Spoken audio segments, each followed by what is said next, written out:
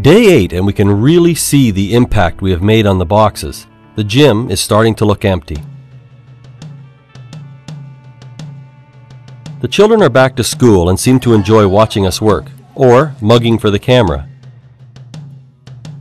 While waiting to leave, I grab Byron Boone, a veteran of these trips, and ask him for his perspective on what we are doing. I've been coming to Belarus now 6 times over the last 10 years, and I see improvements all the time in how the people are living, but I think the Canadian Aid for Chernobyl is doing some amazing things with some of the most desperate people around here, especially disabled people and people in the rural areas. Coming over here is just such a wonderful experience. It's really hard work and in really difficult conditions sometimes, but I know that Canadians, especially people in Brockville, are making a difference over here, and I think that's what's important for me. Over the last 10 years, I've noticed that there have been some improvements in the way people live. As you can see, there's quite a few vehicles around. When we first came, there were almost no cars, mostly horse and wagon and tractor. The roads have improved, and the quality of the items in stores, especially the food, has improved.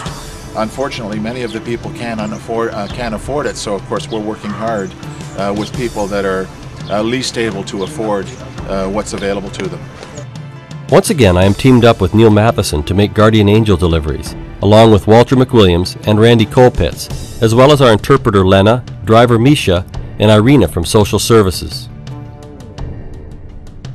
On our way out of Chelsea, we pass a small wagon load of hay going down the shoulder, but it's not pulled by a tractor or a horse.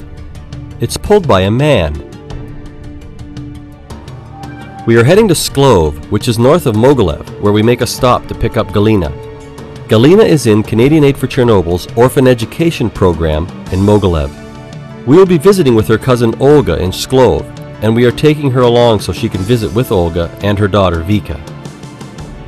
Sklov is the birthplace of Belarus's president Alexander Lukashenko, and as such tends to see a little more money flow in its direction. It is about the size of Chelsea, but is in a slightly less contaminated area.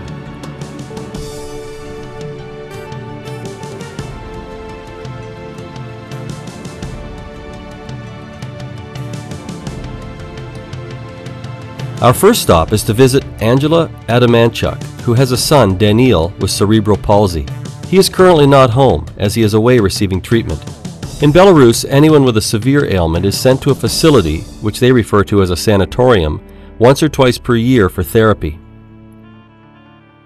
Angela is a wonderful mother whose husband passed away the previous year. She has a couple from Brockville as her guardian angels, and they have sent lots to help out. This is a Pacer Gate trainer delivered on a previous visit. It's used to help Daniel get upright and move about. There have been some worries with it tipping forward, so we made some adjustments to make it more stable. Angela is thrilled with everything we have brought.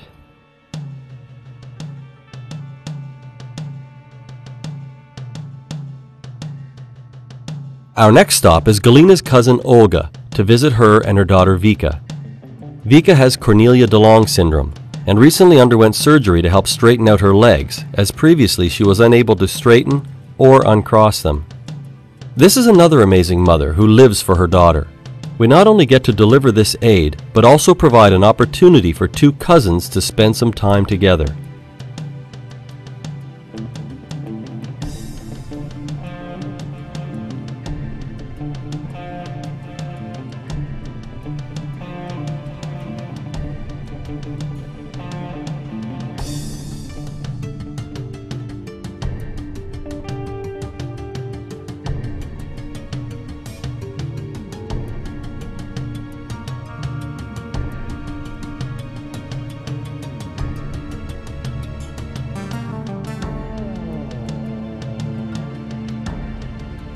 On our way back to Chelsea, we stop at a railway crossing, and I am surprised to see a passenger train with 6 cars. I don't think I've ever seen a VIA train of that size in the Toronto-Montreal corridor.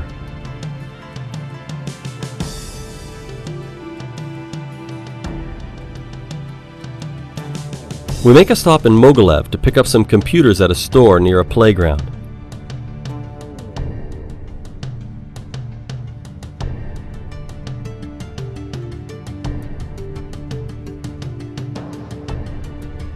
This little girl really wants to blow some bubbles, but she's pretty unsure of this strange foreigner.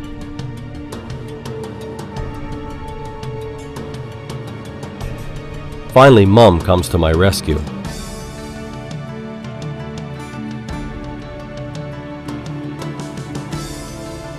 Back in Chelsea, I asked Neil, what's the best thing about coming to Belarus? It's coming back, seeing a family that had no hope and had the look of no hope, and coming back and seeing that with a touch, with a connection, they now have hope, and they consider themselves to have a future and see themselves as significant.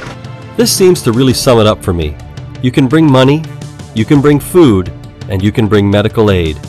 But the thing that seems to have the most impact is the simple fact that you show up.